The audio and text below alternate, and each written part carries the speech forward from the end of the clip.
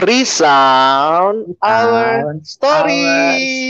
Yeay. Yeah. Halo. Tetap ya delay ya, lama ya, nggak apa-apa. Iya. Oke. Nggak apa-apa, dimaklumin deh. Nah, sekarang kita kembali ke dalam dunia perpodcastan kita ya, cuap-cuap kita. Dan gue mau ngebahas sesuatu yang sempat viral banget di mana ya, di media sosial, bahkan ada juga di TV. Pokoknya heboh dah gitu ya. Ada yang tahu gak apa? Apa tuh? Dewa Kipas. Dewa Kipas. Bukan kipas doang. Ini masih bergulat di antara ini ya, dunia olahraga kayak gitu. Tapi ntar ini kita ngefeknya nggak cuma olahraga tapi banyak. Nah, salah satunya adalah Indonesia di Depak, bukan di Depak lah ya, pokoknya WO dari suatu pertandingan internasional. England internasional lah ya, karena banyak negara yang masuk. Nah, tapi nggak cuma sampai di situ, tapi banyak banget yang komentarin. Kalau teman-teman lihat, banyak banget yang komentarin di satu media sosial tersebut gitu ya, sampai mereka mungkin kewalahan dan ya gitu kewalahan dengan perkataannya para netizen Indonesia. Seperti, pernah tahu nggak kalian berdua? Tahu. Tapi ikutan malah ya. Waduh. Karena ikutan. Nah, Kagak tapi lah. biasanya tapi kenyataannya mereka nggak cuma, tapi yang mau kita bahas sebenarnya nggak terlalu terkait ke dalam media ke dalam ininya ya, ke dalam pertandingannya gitu. Tapi ke dalam case mungkin ya Bang ya. Gimana nih Bang ngomongnya? Ke dalam tentu case. Ini ya kayak gini kali. Gimana kita memanfaatkan media sosial dengan emosi kita yang meluap begitu ya. Kadang-kadang kan akhirnya ya kita nggak bisa tutup mata kan, kita jadinya terkenal di dunianya sebagai netizen omongannya paling jahat mungkin, paling pedas. Sebenarnya gimana ya kalau gue coba perhatiin, teman-teman ngelihatnya apa sih yang kita nih ya sebagai bangsa ya, kayak jauh banget ya, sebagai bangsa perlu perhatikan gitu loh dalam mengekspresikan apa yang kita rasakan, yang kita alami gitu. Dan mungkin salah satu yang sangat booming sekarang ya orang di medsos gitu. Nah itu teman-teman ngelihat sudut pandangnya kayak apa tuh? Silakan nih, siapa? Mungkin sebelum ke situ ini kali ya, bahkan ada satu penelitian, ini masih baru-baru juga ya, penelitian di Microsoft sebut saja seperti itu, yang menyatakan Indonesia masuk dalam 5 besar kayak gitu ya. Nanti 5 besar apa teman-teman bisa searching sendiri.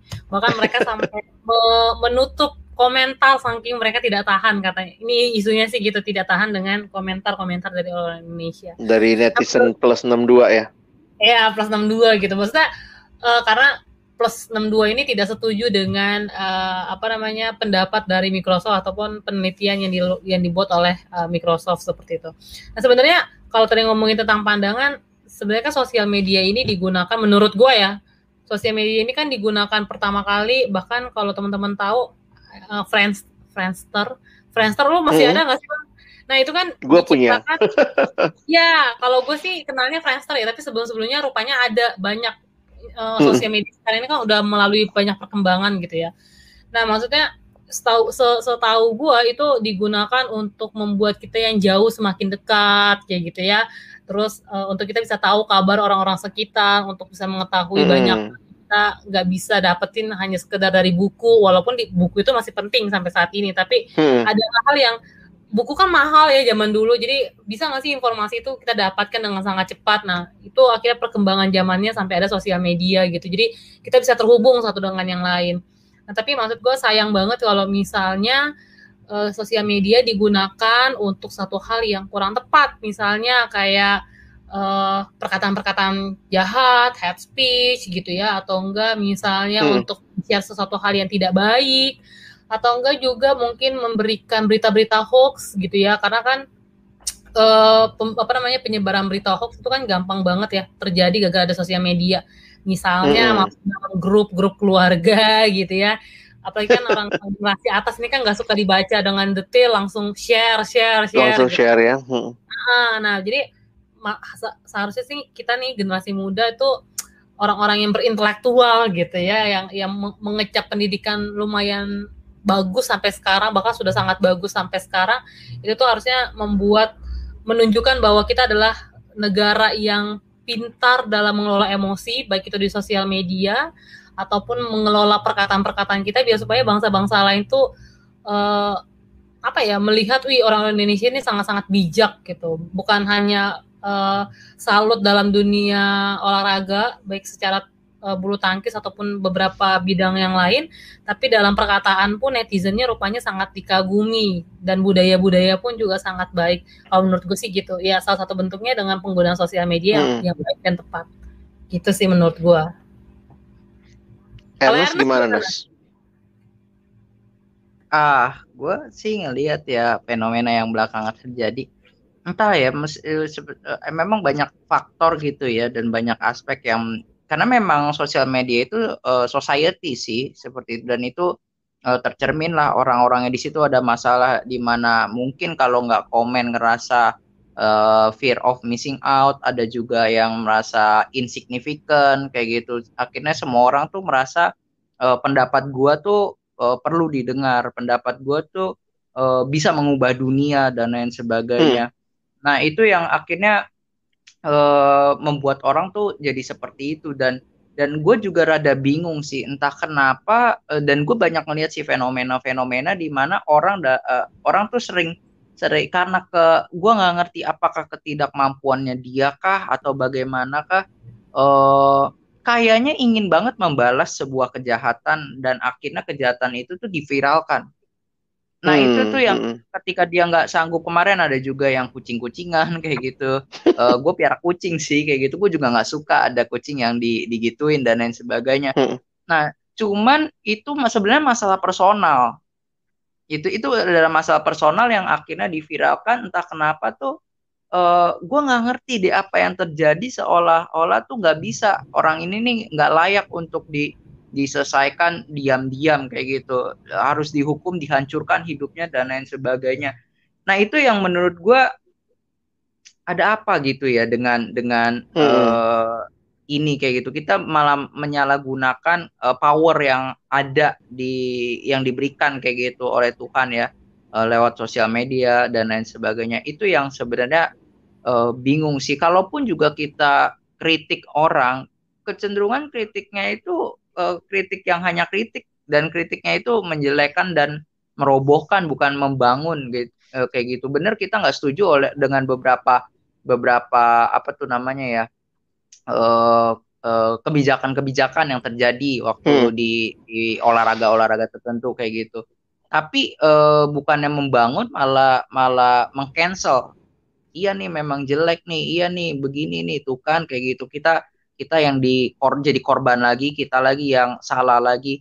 Akhirnya tuh seolah-olah kita mau tanda kutip ya, mau membela diri, tapi justru kita malah merendahkan diri kayak gitu. Bukan merendahkan diri, tapi malah ngerendahin diri sendiri kayak gitu. Jadi kita merasa direndahkan karena jadi korban. Nah karena kita merasa direndahkan, kita mau meningkatkan nih kayak gitu diri kita nih. Enggak seperti itu, kita bela negara kita dan lain sebagainya. Akhirnya bukannya meningkatkan derajat, malah makin menurunkan derajat. Nah itu sih yang lebih ketahuan nggak ini ya, nggak punya akal yang sehat untuk menanggapi. Iya betul. Entah kenapa tuh nggak cari tahu dulu, pengennya segera kayak gitu, segera untuk menyelesaikannya, segera untuk komen. Nah itu yang jadi cenderung impulsif sih dengan adanya itu sosial media. Ada banyak sih aspeknya. Coba Bang Alex gimana Bang, atau pandangannya? Bingung juga sih ini. Jadi kayak ini ya, maksudnya benang kusut yang menurutku ya kita masing-masing boleh kasih perspektif, dan dari situ mungkin kita coba urai sih ada faktor-faktor apa. Nah kalau aku tetap melihat satu sisi balik kepada sebenarnya awalnya sosial media ya, bahwa awalnya sosial media itu kan sarana untuk kita juga. Jadi mungkin gini deh, kalau gue ngelihat semua yang manusia ciptakan yang disebut dengan teknologi itu adalah untuk menjadi perpanjangan tangan perpanjangan mulut, perpanjangan kaki, perpanjangan hati manusia. Itulah teknologi sebenarnya, prinsip dasarnya seperti itu. Jadi apa yang mungkin dulu harus dengan cukup lama, prosesnya panjang, itu kan banyak hal dengan teknologi dipotong tuh. Nah, jadi akhirnya ya udah gimana ngomong, ya dulu kan harus kasih tahu dari rumah ke rumah. Terus kemudian ada koran. Terus kemudian ada radio. Terus kemudian ada internet, ada berita. Lalu ada sosial media, bisa posting berita. Itu real time, bisa langsung live, semua lihat. Jadi sebenarnya kan teknologi itu semakin memudahkan perpanjangan tangan manusia, perpanjangan mulut, perpanjangan kaki. Seluruh diri manusia itu ditampung dengan adanya teknologi. Dan nah ini yang kita lagi banyak bicarakan kan sosial media ya. Itu kan perpanjangan hati. Kadang-kadang kan kalau lihat juga ada emoticon diberikan di beberapa sosial media, perpanjangan perasaan gitu ya, perpanjangan mulut gitu ya. Kita bisa ngomong yang kita sedang rasakan dan yang kita mau sampaikan. Nah, tapi akhirnya gue ngelihat gitu ya, kalau media sosial salah disalahgunakan, sebenarnya bukan salah medsosnya sih, tapi manusia yang menggunakannya. Nah, jadi bayangkan media sosial kan bisa menyampaikan berita cepat kepada semua orang dalam waktu yang sama gitu. Tahu-tahu yang dia sebarin hoax gitu ya.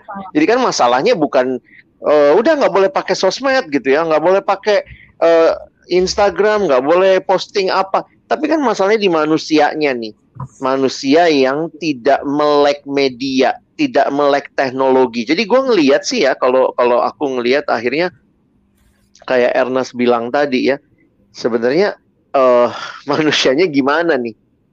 Kita yang memanfaatkan media ini, kita seperti apa? Nah, itu yang menurut gua mungkin perlu tuh membangun manusia yang menggunakan media, sehingga perlu tuh ada misalnya melek media. Memang pemerintah kita sudah sampai bikin undang-undang. Itu kan karena berarti ada pelanggaran. Ada pelanggaran yang udah dipakai dengan media itu, dengan segala macam, karena itu ada undang-undang. Tapi bagi gua nggak cukup cuma undang-undang, karena penggunanya itu mungkin nggak melek media. Nah, gua kasih sedikit data dari apa yang aku sering ikuti gitu ya. Aku sering ngikutin survei dari APJII ya, Asosiasi Penyelenggara Jasa Internet Indonesia. Mereka dulu tuh setiap 2 tahun sekali keluarin hasil survei nasional mereka, dan ternyata ada lembaga semacam itu di banyak negara. Jadi kadang-kadang mereka compare data antar negara. Misalnya mereka melihat berapa pengguna internet. Indonesia dulu tuh anggaplah gini ya, kita kan penduduknya 200-an juta tuh. Dulu itu yang baru terakses internet 30%. Wah, dalam berapa tahun ini naiknya cepat sekali. Sekarang pengguna internet Indonesia itu sudah sampai 60%. Jadi berarti lebih daripada separuh, 60% penduduk Indonesia itu punya akses sama internet. Bisa internetan.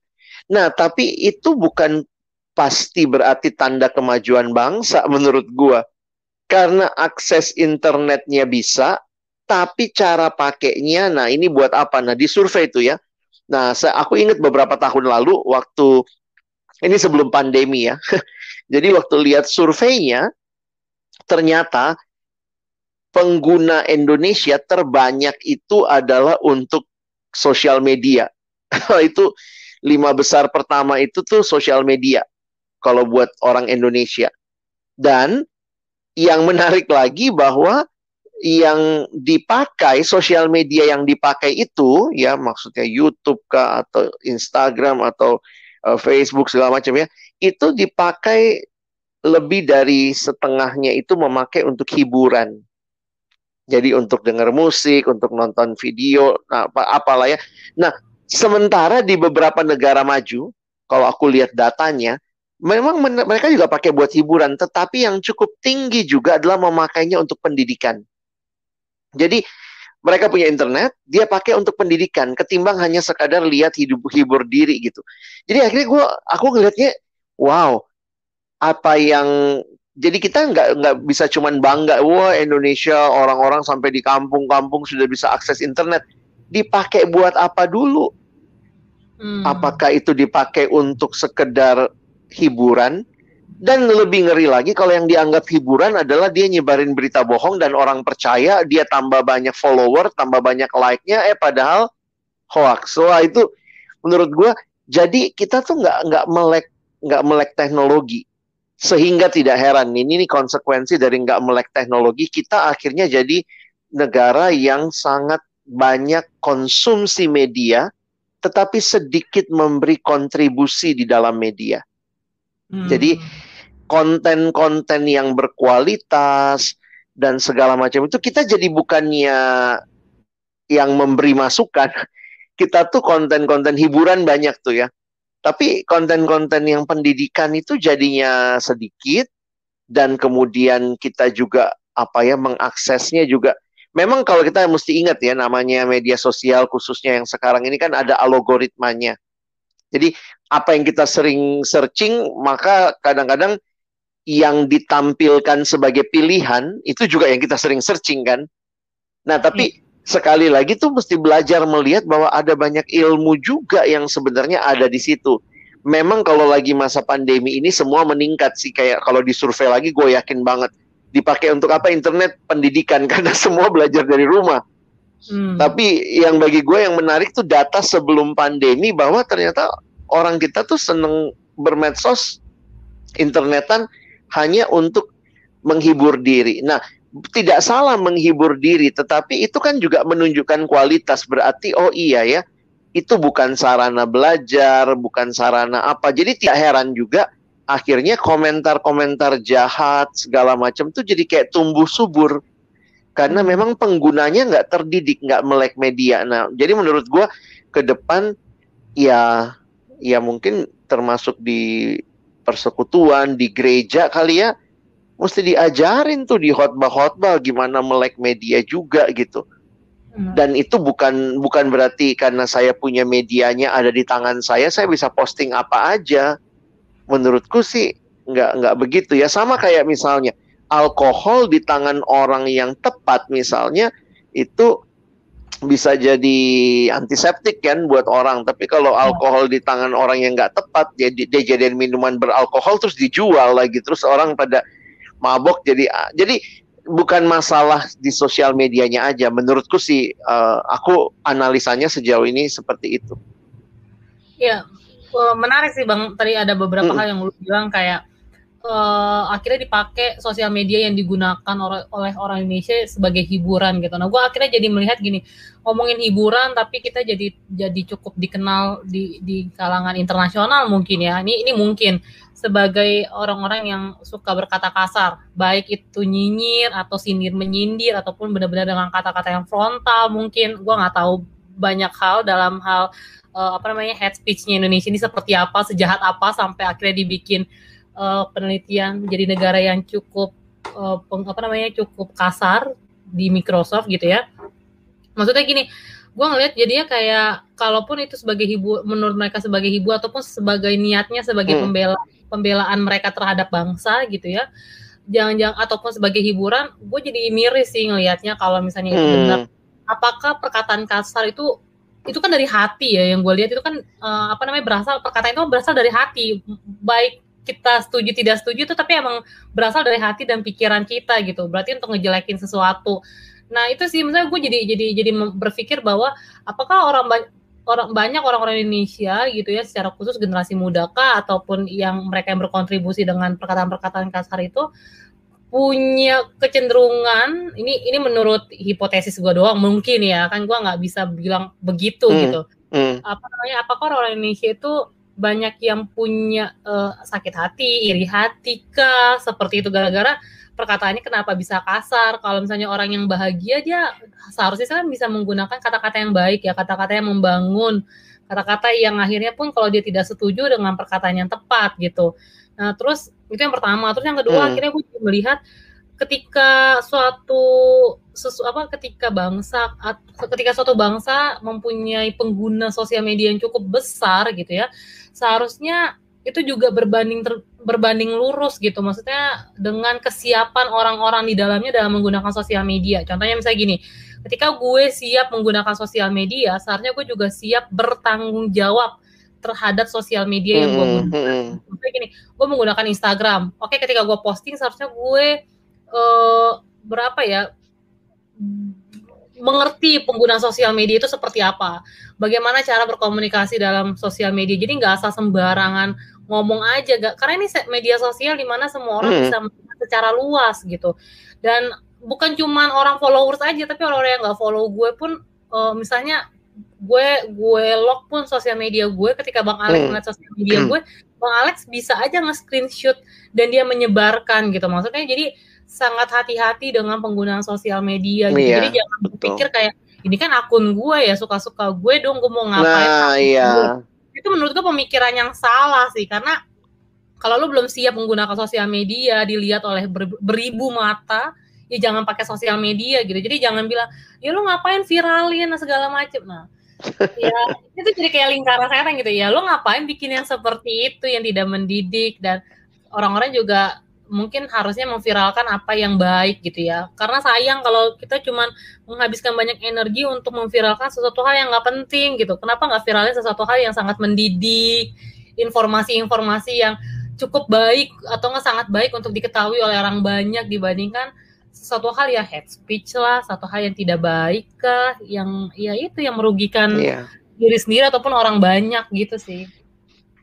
Gue ingat ini ya, satu ilustrasi aja gitu. Jadi beberapa kali kan ada acara dengan teman-teman alumni, lalu kemudian itu ada acara mereka bawa anak mereka. Jadi anaknya, ada anak-anak yang masih kecil-kecil gitu, yang lari-lari sana sini gitu. Nah biasanya tuh habis acara ibadah tuh, terus anak-anak tuh suka datang ke depan terus ngambil mic. Jadi mic lagi on, terus anak-anak kecil kan begitu lihat mic suka teriak-teriak, halo, dia panggil temennya. Terus waktu itu dia goda-godain, si om ini pacarnya tante ini gitu ya. Dan itu teriak kenceng banget gitu ya. Bayangkan tuh satu ruangan tuh denger semua. Gue lagi kepikir gitu ya, sosial media bisa seperti itu tuh kalau anak kecil yang megang. Ya udah dia berita hoax, tante Novita lagi pacaran sama tante om siapa misalnya gitu ya. Teriak-teriak, ketawa-ketawa, dan buat mereka tuh fun. Temennya satu lagi datang, ambil lagi mic-nya. Nah, tapi ketika sosial media itu ada di tangan yang tepat ya, seperti mic itu ada di tangan MC, ada di tangan pembicara, ya itu jadi berkat gitu. Nah, yang sedihnya adalah kadang-kadang kita itu juga tidak mengikuti aturan. Misalnya ya, punya Facebook ada batas umurnya ternyata, punya Instagram juga ada batas umurnya gitu. Jadi bukannya anak-anak yang masih kecil pun sudah boleh punya Instagram sebagai keren-kerenan. Kadang-kadang orang tuanya yang bikinin gitu ya. Memang sih kayak perkembangan anaknya, tetapi jangan sampai kita kayak kehilangan esensinya gitu. Ernest gimana, Nas? Kalau ya benar sih semuanya ya. Cuman gue kadang ya memang banyak aspek ya. Kadang-kadang juga kita tuh mau bercanda gitu ya, mau bercanda sama seseorang, tapi kita memang nggak dikenal orang itu kayak gitu. Nah orang itu baper ya, akhirnya kita diviralin, lihat nih ada yang komen begini dan lain sebagainya. Nah itu yang nggak ngerti lah ya, mesti belajar apa ya kita kayak gitu ya. Satu sisi ya mereka yang punya follower banyak kayak gitu mungkin lelah, entah mungkin juga nggak siap tiap hari dapetin bercandaan begitu, atau nggak ngerti juga ya. Padahal mungkin maksudnya hanya bercanda, nggak serius lah. Sama lah kita sama teman kan kita suka bercanda, lu jelek lu kayak gitu. Tapi kan kita temenan gitu, maksudnya temen kita juga bisa nyerang balik kita kayak gitu bercanda. Nah itu yang kebawa ke sosmed, tapi ke orang yang kita nggak kenal, dan kita lupa kayak gitu. Kita merasa memiliki mereka karena mereka public figure kayak gitu, mereka sharing kehidupannya. Nah tapi mereka yang public figure itu nggak tahu kita, nggak memiliki kita kayak gitu, dan akhirnya terjadilah seperti itu. Kita sih ngerasanya deket kayak gitu karena seperti itu. Nah itu sih memang perlu belajar cara juga untuk menyampaikan dengan baik sih, yang konstruktif di dalam di dalam bersosmed dan bersosmed gitulah. Itu sih paling ya. Memang ada banyak sih yang bisa dibahas sih aspeknya ya. Jadi mungkin ya kali ini kita bukain wawasan buat teman-teman. Nanti ke depan juga bisa kita coba ngebahas juga budaya apa yang terbentuk dari sosmed itu atau dari budaya yang sekarang ini semua serba cepat. Nah, tapi mungkin nanti kita bisa bahas kemudian ya. Nah, mungkin hari ini kita cukupkan sampai sini supaya teman-teman juga bisa berpikir bersama, berbagi juga kali ya. Silakan tulis di kolom komentar apa yang jadi respon teman-teman. Tapi kiranya kita pun akhirnya melihat di sini butuh hikmat, butuh kebijakan ya untuk bisa jadi pengguna yang baik dan bukan cuma orang yang asal bunyi gitu ya di sosmed. Apalagi kalau gue ngelihat gini ya, begitu sesuatu udah diposting di sosial media itu jadi milik semua orang. Jadi kita juga agak sulit bilang ini sebenarnya tujuannya pribadi. Begitu kalau pribadi ya simpen aja dalam hati gitu ya. Tapi begitu udah ditaruh di sosmed, nah itu jadi bagian semua. Oke. Jadi mungkin segitu dulu kali ini. Semoga boleh jadi manfaat buat teman-teman. Jangan lupa yang mau follow kita ada di Instagram. Instagramnya apa, Nas? Di fansound.id. Oke, dan juga ikuti terus podcast kita di Spotify. Dan nanti episode-episode berikutnya akan menemani teman-teman. Oke, sampai ketemu teman-teman. Thank you. Bye.